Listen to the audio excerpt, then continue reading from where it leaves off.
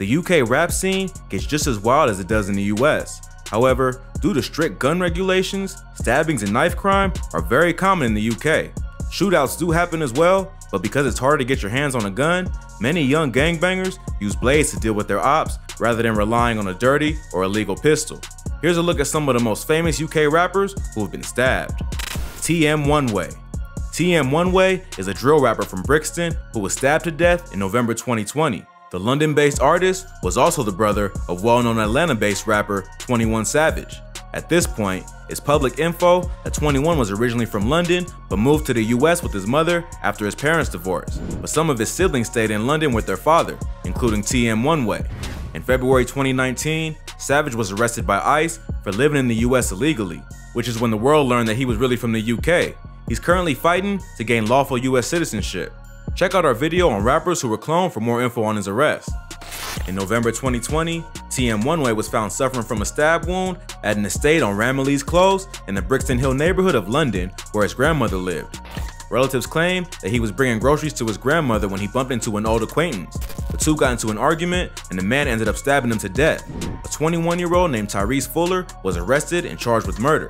Details surrounding the motive have not been revealed as the case is yet to go to trial, but his family members have stressed that TM One Way was not involved in any gangs and had no known enemies. They also say that the person he was killed by was a former friend, not an op. Not long after the stabbing, Savage took to social media to mourn the loss of his brother, posting a photo of the two of them together with the caption, "Can't believe somebody took you, baby bro. I know I took my anger out on you. I wish I could take that shit back." This has led many fans to speculate that perhaps the two were not on the best terms. It does seem strange that 21 had a drill rapper brother that he had never mentioned or collaborated with. It wasn't until 21's ICE arrest that the world was aware of 21's UK roots, and he probably wasn't trying to bring attention to the fact that he had family in London, knowing that he was in the US illegally. Plus, it seems like there may have been some tension in the family after the separation of their parents, and it's difficult to know how close they were to begin with. Either way, it was still his brother, and he had every right to mourn the loss no matter what kind of relationship they had. Sadly, the world never got to hear a TM One Way and 21 Savage collab, but some things just aren't meant to be. Hopefully, this killer will be found guilty, so at least the family can get some closure. But TM One Way isn't the only UK rapper to get stabbed. This next rapper got stabbed to death in a brawl with a rival rapper who bragged about the murder on Snapchat right after he was killed. Yup, here's the wild story. 16 Shotz. 16 Shotz is a drill rapper from London who's associated with a gang called M Block. M Block, who also goes by the name Team Raw, operated out of the Stockwell Park estate in the Stockwell area and is known to beef with a rival crew called 150 or GBG, who operated out of the Angeltown estate in Brixton. 16 Shotz was still an up-and-coming drill rapper and not much is known about his background. He released a track with other members of Team Raw, C-Figs, and Clap A Lot in July 2020 called No Difference. In the song, the crew sends subliminal cases at their ops, but don't mention anything too specific. The rappers were known to beef with 150, which was a splinter group of the Gas Gang from Brixton. 16 Shotz had an ongoing feud with the rapper from 150 named Sticks, which is what led to his death. The two had been known to diss each other on social media, and in 2019, Sticks released a direct diss track called 16 Shotz, where he called out the rapper by name. 16 Shotz told fans on social media that he felt violated by the diss, and it was on site after that. The two ended up coming face to face less than a year later, which resulted in a fight that left one of the rappers dead and the other one with a stab wound to the face. On August 20th, 2020, there was a stabbing on Overton Road in the Angel Estates houses in Brixton, where Sticks is from. Allegedly, 16 Shotz and his boys from M Block drove into Angel Estates that day looking for Sticks. According to witnesses, a vehicle driving at around 50 or 60 miles per hour came through the neighborhood and drove into a group of about 10 people hanging out in the street. They hit the group, injuring 6 people, then slammed into a Mercedes-Benz and flipped over. It's believed that the car contained 16 Shotz and his crew, who spotted Sticks and tried to run him over. After the crash, they got out of the vehicle and there was a chase before the two rappers faced off in a knife fight. According to witnesses, 16 Shotz tried to flee but didn't know his way around the area. He ended up running down a dead-end street where he was trapped by his enemy, which is when the stabbing occurred. Both ended up getting pretty badly injured, but Sticks survived and 16 Shotz later died in the hospital. Witnesses say that after the fight, 16 Shotz ended up getting naked in the street. He was still conscious while he was waiting for an ambulance and was brought to the hospital alive, but later ended up dying from his injuries. A helicopter had to be brought in to transport the rapper to the hospital, which caused quite a scene in the neighborhood. The rapper was stabbed more than 15 times and Sticks suffered similar injuries. Sticks posted to his Instagram story from the hospital, showing off the stab wounds, but claiming he's still flexing in this bitch. He finished the story with a link to promote the track 16 Shots, which is pretty cold-blooded since he just murdered his enemy hours earlier. He also posted on a Snapchat the next day with the caption, "Thank God for another day." At the time, Sticks was arrested for conspiracy to commit murder, but was later released. The police instead arrested a 19-year-old man for the murder who was rumored to be a GBG affiliate named KTN. Sticks put the incident behind him and has continued with his career. The killing was pretty brutal, and it was rumored that they had stabbed 16 Shots up to 35 times. But then again, he did try to run them over and left Sticks permanently disfigured. No one deserves to lose their life in such a vicious way, but it isn't that surprising that his op shows no remorse for the killing. If you thought that was crazy, this next rapper was killed in a street fight that went down after someone dissed his dead homie. BiS. BiS was a drill rapper and member of the group Harlem Spartans, a collective based in the Kensington neighborhood of South London. The police have identified the Spartans as a gang. However, the group denies this and claims it's just a music collective. They started making music around 2014 and originally gained attention with tracks like Call Me a Spartan and Kensington where it started. The group even managed to attract the attention of Drake and even posted their lyrics to his social media. BiS was one of the most popular members of the group and has gained millions of streams on his own for songs like I Don't Mind and Beretta. But tragically, BiS was killed on December 6, 2019 after shooting a video for the song Beretta.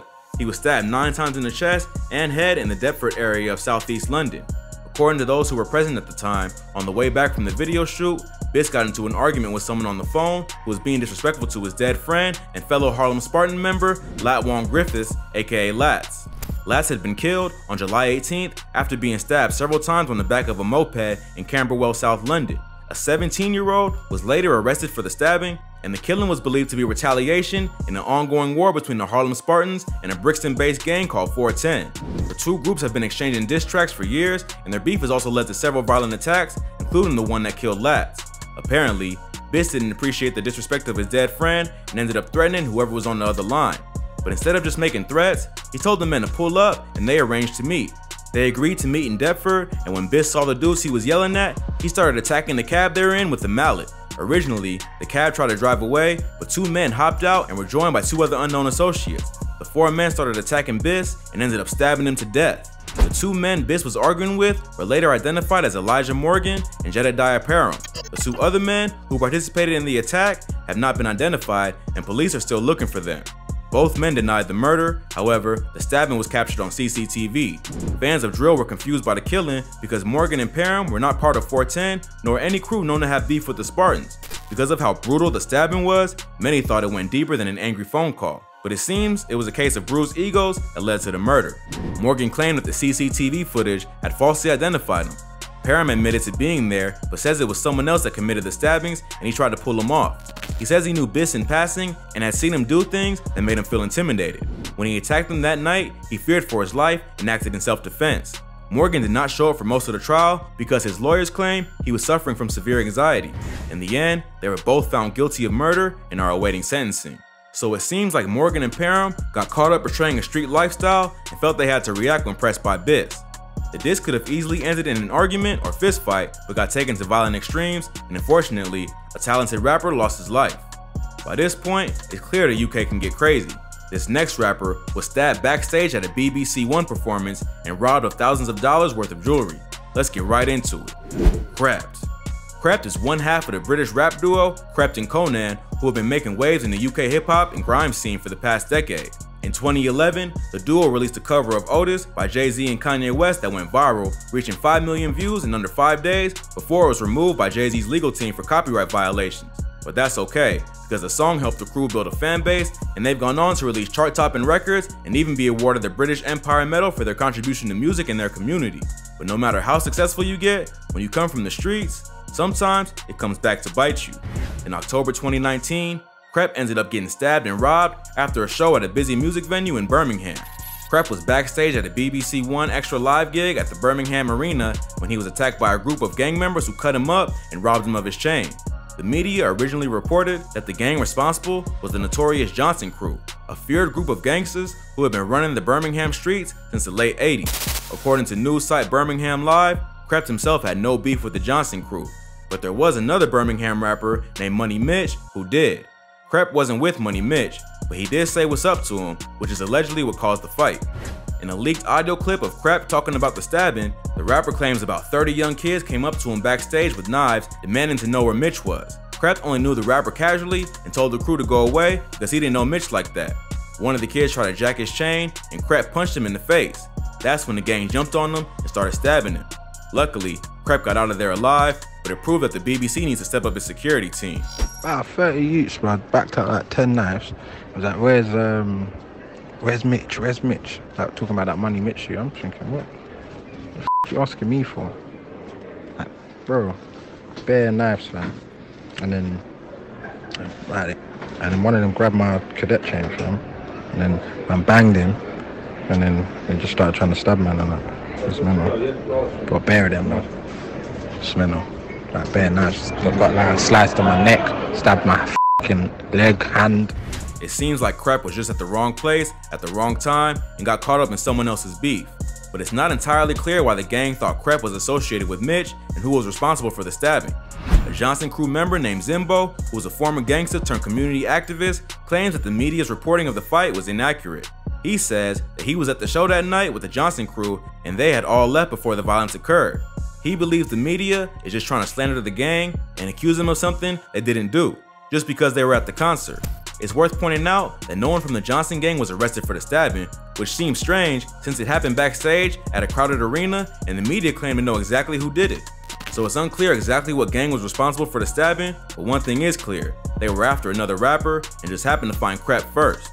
Mitch is a well-known rapper in Birmingham who has a lot more active beefs in the streets than Krept. He was associated with a crew called Get Money Gang and has been releasing music since he was released from prison in 2016 after doing 7 years for armed robbery. GMG is known to be involved in an ongoing war with another Birmingham gang called Armed Response, or AR, and many have suggested that the men who attacked Krept were actually AR members, despite the media's reporting that it was the Johnson crew. Luckily, Krept made a full recovery and even managed to get his chain back. The chain was not only worth thousands of dollars, but it featured a picture of the rapper's cousin Cadet, who was also a popular artist who was killed in a car accident earlier that year. So despite all the drama, Krept ended up luckier than most rappers who get caught up in street beef.